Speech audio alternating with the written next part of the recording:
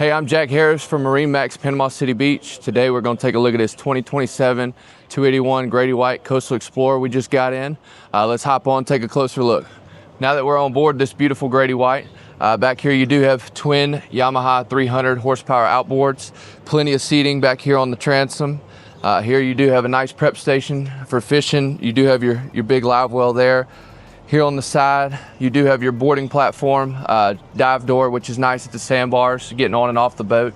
Moving on here towards the helm, you do have twin helm chairs here with flip down bolsters and armrests that are very comfortable riding out. Here at the dash, we did go ahead and outfit this boat with Garmin electronics, and we did add the Seakeeper ride trim tabs to this boat, so makes the ride even that much better.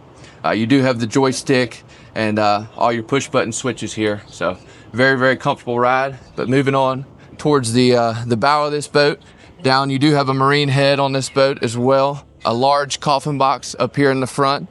You do have forward seating with flip up backrests, so you got very comfortable bow seating.